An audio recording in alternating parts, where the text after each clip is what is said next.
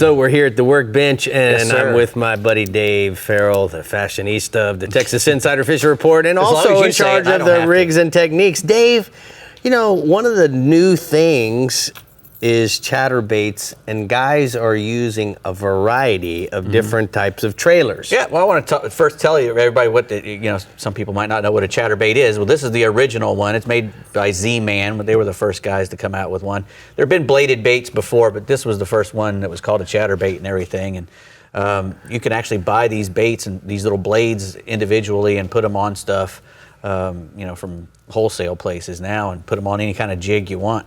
But this was the original one, and it's kind of like Band-Aid. You know, they're called, all of them are called a chatterbait now. They did a really good job of marketing, and they catch fish. And what's really unique about it is that big blade in the front. You know, that really gives the thing. It just vibrates like crazy. Once you hit a certain speed, it just buzzes, and that's how I was taught to use it. Actually, was you throw it out and you reel it until it starts to buzz, and then that's pretty much, you just left it right there. But there's really so much more to it than that. I mean, they make a great search bait because you really don't have to jerk it or do much with it if you don't want to, but it's such a versatile bait that you can do a whole lot of things with it. Now, you can fish it by itself plain, which you know, I've done quite a bit, or you can add trailers to them. And like this Bass Assassin Vapor Shad. Like that Vapor Shad right there, which is, if you watch the fellas on TV and, you know, catching all those big bass in the tournaments and whatnot, you can see what they're using. And a lot of the times you'll see them using that chatterbait with a Vapor Shad on it. And the reason they use that Vapor Shad is because when that blade is really kicking, this little tail just goes to town. It looks like a wounded bait fish. Even though it's swimming straight, the thing just goes to town. Even more so than a regular paddle tail, which is going to only go it's about the speed of what you pull it. But with that little Vapor Shad tail there, it really triggers the big bite.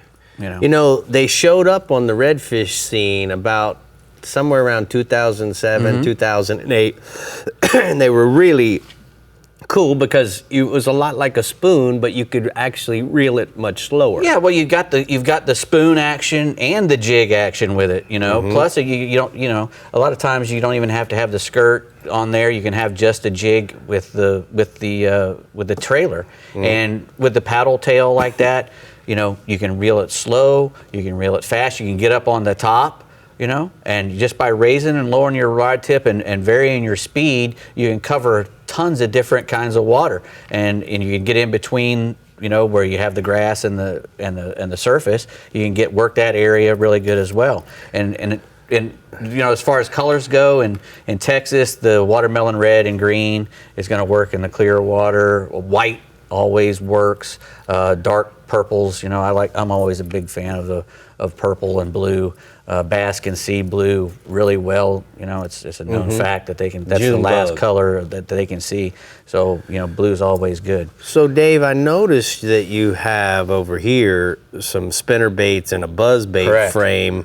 You want to talk about those? Same way with the chatterbait. You know, you can actually increase your silhouette on your buzz baits and your spinner baits with a nice piece of soft plastic, and these really work great. If you're wanting to get those 5 big bass bites a day, if you're wanting to catch great big fish, add a good trailer to your spinner baits or even your buzz bait. Put a big 5-inch buzz bait on there. You might not catch as many as the fella next to you, but the ones that you get are gonna be big fish. And I like to use great big spinner baits. Big food creates big bites. Yeah, and I can keep that thing out of the weeds really well because of the big blades on it, just like that chatterbait.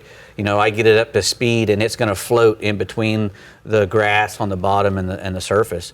And, you know, I can flip those things over oyster beds and sandbars or wherever. Cool color, Chico's red ear. I mean, I really like this color myself for the tannic water, you know. Yeah, I like bright chartreuse.